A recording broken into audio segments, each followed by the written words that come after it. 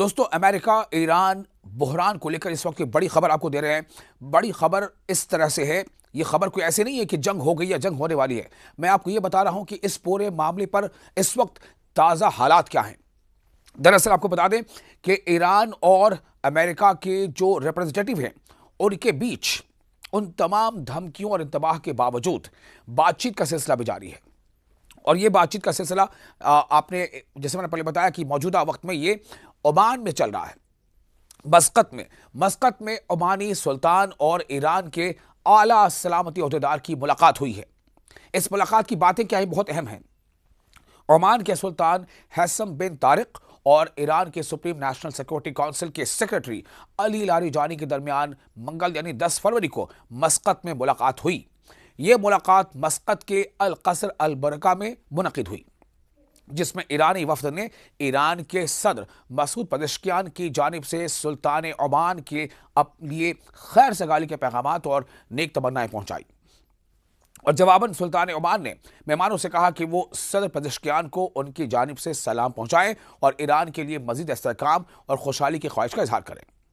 दरअसल जो news agency है या जो ज़राए हैं ओमान के, उसके मुताबिक मुलाकात में ईरान और अमरीका के दरमियान मुज़ाकरात की ताज़ा सूरत हाल पर तबादला ख्याल किया गया और तमाम फरीकों के लिए मुतवाज़न और मुनसिफाना मुआहदे के हुसूल के मुमकिन रास्तों पर गौर किया गया। आपको मालूम है कि यह बातचीत जो है वो काफ़ी अहम है और इस बातचीत में लगातार ईरान पर अमेरिका की जानिब से ये दबाव है कि अमेरिका की तरफ से पेश करदा तमाम शर्तों को ईरान मान ले, जबकि ईरान ने भी अपनी जानिब से क्लियर कर दिया है कि वो न्यूक्लियर के मामले पर बातचीत तो कर सकता है, न्यूक्लियर आज़ूदी से जुड़े मामले पर बातचीत कर सकता है, लेकिन मिसाइल के मामले पर कोई बातचीत नहीं कर सकता। और बहुत सारी डिटेल इसकी है जो मैं आपको आगे बताऊंगा। इससे पहले मैंने आपको वीडियो बताया भी है। तो ईरानी और ओमानी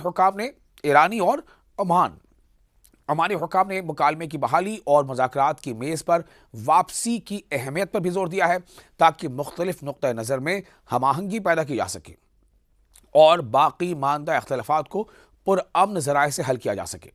दोनों फरीकों ने इस बात पर इत्तफ़ाक़ किया है कि ऐसे इक़दामात ख़ित्ते और दुनिया में अमन व सलामती के फ़रोग़ और इस्तेहकाम के लिए बुनियादी हैसियत रखते हैं। इस मुलाकात में ओमान के रॉयल ऑफिस के वज़ीर जनरल सुल्तान बिन मोहम्मद अल नुमानी भी मौजूद थे। दोस्तों, सबसे अहम बात इस मुलाकात की यह है कि इससे ये पता चल रहा है कि अमेरिका जिस जारहाना तौर पर और जिस तेज़ी के साथ उसने ईरान की घेराबंदी करने की कोशिश की थी समंदर में, उसमें आखिर ये लचक क्यों आई है, ये बहुत बड़ा सवाल है।